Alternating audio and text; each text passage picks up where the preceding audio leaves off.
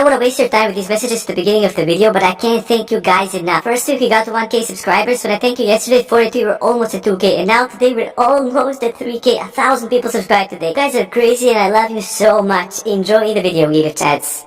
Now we go back to the Joseph's base, and we see his disciple being absolutely shocked after hearing the news from the Black Cat, who was the transformed spy. The news being that Joseph fainted just by looking at Mr. Lin. Claudia thinks, how is this even possible? She then thinks that she needs to send reinforcements to help save Joseph, but then she realizes maybe sending reinforcements harshly like this would be a mistake, because Mr. Lin is probably so powerful that he caused Joseph to faint just by looking at him. Because if she sends others and it causes more losses, it would just be a bigger mistake. Then her cell phone starts ringing and she gets a call from the team that is investigating the bookstore right now. As soon as she answers, she starts screaming, "What's going on? Report the situation." And then she gets absolutely surprised after finding out that Joseph is just leaving the bookstore normally. Then she gets a call from Joseph himself, and she asks him, "Teacher, what are your orders?" And Joseph says, "Recall the investigating forces of bookstore immediately, starting right now. As from now on, the bookstore area is classified as Class I Top Secret." Claudia gets absolutely surprised and shocked. "Class I?" she utters. Then she remembers the classes lists. A for abnormal, P for panicky, D for destructive, and Class I, the most powerful one, for indescribable. This means that Joseph classified bookstore as indescribable power level, thinking Mr. Lin's power level is the highest there is. She asks Joseph what's going on, and he tells that the bookstore owner is, and his sentence gets interrupted by him seeing 3 black stray kittens in a box out on the rain. Then she asks Claudia over the phone, "Claudia, is there someone with you?" She says yes there is, and realizes that Joseph probably thinks she's been careless, and she hits the cat spy for trusting him. Now we see Joseph playing with these stray kittens while threatening Claudia, telling her, "If you know what's your job, why don't you do it? Do you really want to be sent to Northern Highlands to grow potatoes?" She says no, of course not, and that she'll send a word immediately for people to classify this bookstore as Class I Top Secret. She then thinks about how Joseph sounds normal and that he didn't change at all, and that despite looking as if he's going to crush her skull and he's mad, if you follow his exact orders, he doesn't hold a grudge against you. She then admires Joseph, thinking that he is sharp-tongued, soft-hearted, radiant knight Joseph, her teacher. She then explains the whole situation that Joseph just told her to people who are in charge for classifying cases, tells her that this is the new order for Radiant Knight Joseph and that elders will understand properly. She then says to herself quietly that the new case I file is ready, and that after Radiant Knight Joseph is back, he's going to need to fill out all the contents. At that exact moment, the door of the office opens. Joseph enters and says, "Okay," which makes Claudia scream in shock. Joseph then asks her who was with her a couple of moments ago when they were talking on the phone, when Joseph realized that somebody is with Claudia, and tells her that she needs to use a forget rune on this person so he doesn't remember what they were talking about. She then explains that this is their special investigator Morrison Gregg, who is a mage who is also really talented in shape-shifting. She then says, he's also a bit special. He's your fan. He's joined the 13 fan clubs of the undefeatable Sacred Flame, spending around 3 million in various fundraisers every year, including that inscribing the name Abraham Joseph into gold incident last year. And while Joseph is filling in the report, he asks Claudia if this really happened, which she confirms. Then he tells that he knows mage families are rich, which she confirms again. Then he thinks and says, instead of spending money on these meaningless things, why didn't he just donate money straight to his idol? Then Joseph says that he'll take Morrison Gregg in as his disciple, charging him a fee for close contact. Claudia gets completely surprised and shocked, thinking, how can a Radiant Knight be so greedy that he even wants to take kids' money? But since she's only just a disciple of Joseph as well, she says of course right away. Joseph says, "Good, that'll save me the cost of a memory wipe." And we can see his report on screen filled in saying, Glass Eye Area, Bookstore 412, 23rd Street, Knockin Upper City District. Danger level, friendly. Contact ill-advised. Security level, top secret. Tailing in progress. Description: the bookstore owner appears to be a long-term hermit in the bookstore. His services include lending and selling books. The books contain mysterious and immense powers. Joseph submits the report thinking that this should be enough to make other people stay away from the bookstore, but if some idiot still wants to go in, then he wishes him luck. We then see Joseph at his home in his pajamas talking on the phone with somebody saying, "I'm fine, I'm not dead, can't you see that, can't you realize that, who told you I'm dead?" And that the only thing that would make him dead is that person annoying him even more. He says that he's not at work right now and tells the person to go bother Claudia tomorrow. He looks at the book that Mr. Lin gave him and thinks that Sword's mood remains calm and pleasant, which is really good. And that the book has no effect on his mood right now, that's also really good. And at that moment the phone rings. Joseph gets a little bit angry saying, "Who is calling me this time?" and that they will need to raise his salary to compensate for the emotional damages he gets from these second raters. Now we see Joseph talking to her daughter and tells her to drink milk before sleep, and she says, "I know, father, I'm not a kid anymore. I'm already an abnormal level combat knight captain," and that he doesn't have to remind her all the time. To which Joseph responds that he's not telling her to drink milk to grow taller, and that she's never going to get married like this, which leaves his daughter in a shock. He gets a little bit angry at her dad, thinking that he only has muscles for brains. As she turns around, she notices some book on the table. This was the book that Mr. Lin gave to Joseph. She thinks it's strange. Why would her dad read the book? He has a muscle for brain. She comes close to the book, and as she opens it, she gets completely surprised. Then we see Joseph again screaming on the phone, telling his subordinates to stop bothering him about his Class I case, and that Mr. Lin managed to incapacitate him without even breaking a sweat.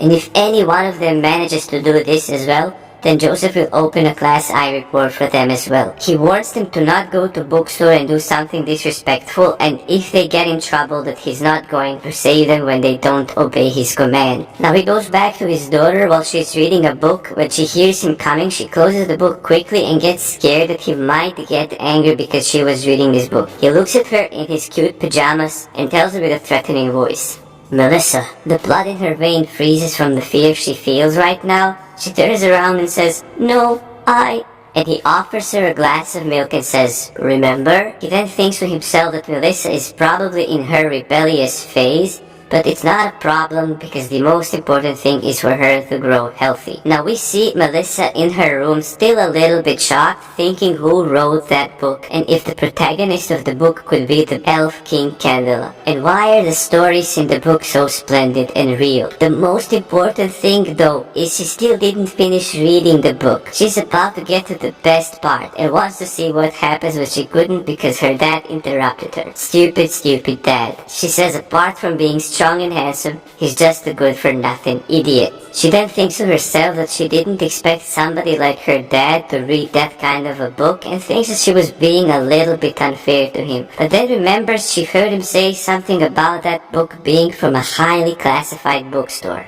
Highly classified bookstore, who cares? It's still just a normal bookstore. Those strong old fogies wouldn't stay in a place like a bookstore. She then uses a key she got from her mom, who was also a radiant knight, to access the classified bookstore files. She thinks, "Thanks, Mom. After reading that novel, I promise I'll work hard to become an excellent knight. I won't let you down." She then opens a file about the bookstore, and while she's reading through it, she sees that the target is classified as friendly. That's nothing. I knew it wasn't that impressive, she thinks. So in that case, if the target is friendly, she can just go there and have a look, she thinks. Now before going to sleep, she sees a glass of the milk on the table, mixes coffee face, and drinks the milk, thinking to herself, they'll grow, right? Now we see news on the radio saying that the rain warning level is red. The roads to Nokia's lower city district have been closed temporarily, and so far all sewage systems have been working at the highest efficiency. And according to experts, if this heavy rain continues for another week, a third of Nokia will be flooded completely.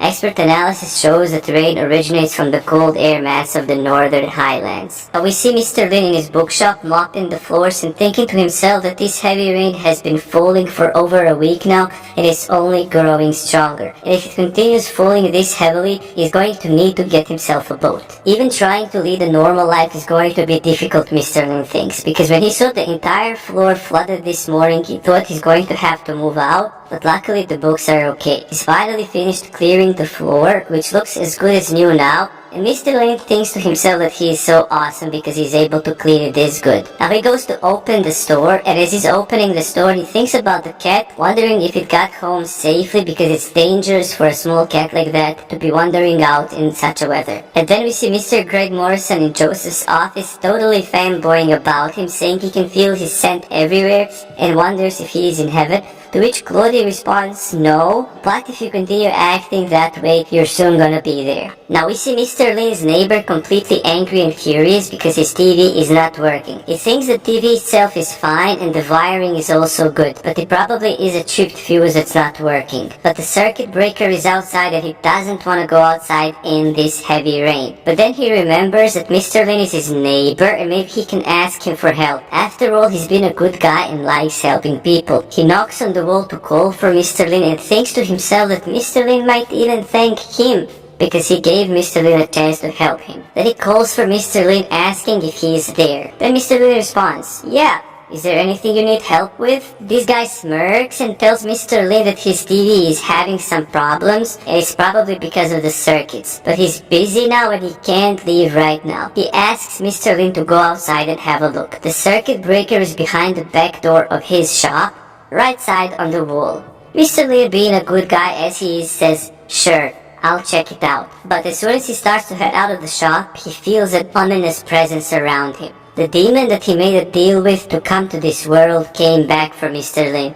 Oh, nice to see you, long time no see, Mr. Lin says. Do you need something? Are you here to hurry me to lend more books? The demon then points to the doors and Mr. Lin asks if the demon actually wants to help Mr. Lin, which demon nods to, and Mr. Lin thinks that this demon is so polite and cute. Last time it said lending books can help it, maybe he wants to show some gratitude by actually helping me now. That's why he's back, Mr. Lin thinks. And because of this, Mr. Lin thinks that he can't refuse demon's offer and tells him, okay sure, I'll take your help. Thank you very much. Now we can see Demon opening the door and going outside in the heavy rain, finding the circuit and flipping the switch. Now we go back to the apartment of the neighbor whose TV starts working and he gets surprised and happy, screaming, alright, thank you. I'll ask for your help next time too, Mr. Lin. Mr. Lin says you're welcome while the demon is coming back in the bookshop. Now we see the neighbor again thinking that it's so convenient having Mr. Lin for a neighbor because he could just ask him to do stuff instead of him. Then he goes back to watch the TV and gets completely stunned in fear when he looks at the TV and sees a scary demon on the screen. We can't see what the demon did to Mr. Lin's neighbor, but we can just hear painful screams coming from his window. Now we can see Mr. Lin back in the bookshop really happy, thinking to himself, another day of doing a good deed. And just as he thought about that, a doorbell rings and somebody starts entering in his bookstore. Then he wonders, what's this timing? I did a good deed and a customer shows up immediately. Now the customer is a familiar one, being Old Wild himself.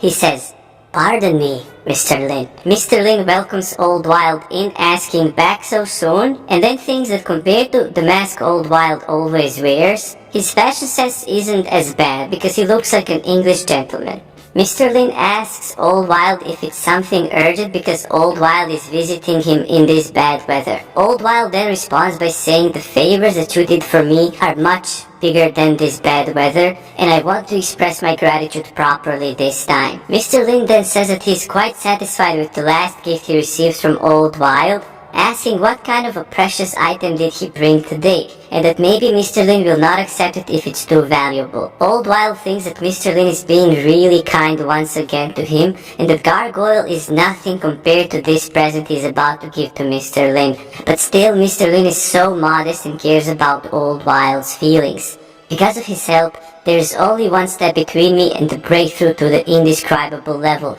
Old Wild thinks. That's why only this gift I spent 2 years on is worth the 2 years of kindness is shown to me, Old Wild thinks again. Then in order to make Mr. Lin accept his gift, Old Wild says no need to hesitate. It's not that important to me, but it might serve you better, and if you don't accept it, I'll feel terrible. Mr. Lin says that Old Wild is exaggerating a little bit and that he didn't help him that much. Anyways, I still don't know what you've prepared, so let me have a look first, Mr. Lin says. Old Wild tells Mr. Lin that he was working on this present for the last 2 years and he hopes Mr. Lin will like it. Then puts the present on the table. When Mr. Lin looks at it, he asks if this is a dream catcher, and then thinks to himself, I didn't expect Old Wild would give me something like this. How nostalgic.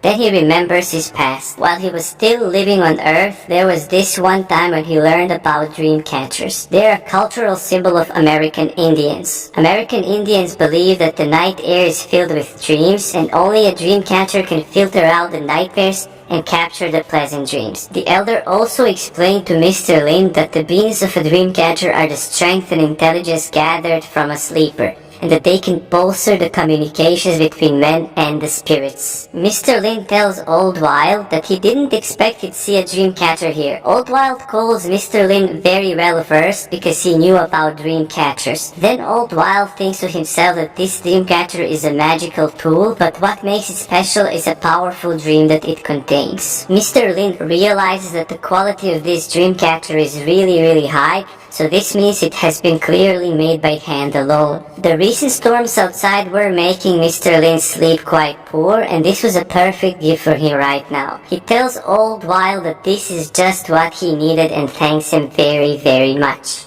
Old Wild tells Mr. Lin that it's his honor to present him with such a valuable gift. And as the Old Wild is leaving the bookshop, he is thinking to himself that the dream contained inside of this dream catcher is a pleasant dream second to none, but it also contains a terrible danger. Without the willpower of an indescribable level, it will immediately crush one's soul. But to a powerful individual like Mr. Lin, it must be a rare enjoyment and joy. Old Wild leaves the bookstore and says, "Sweet dreams."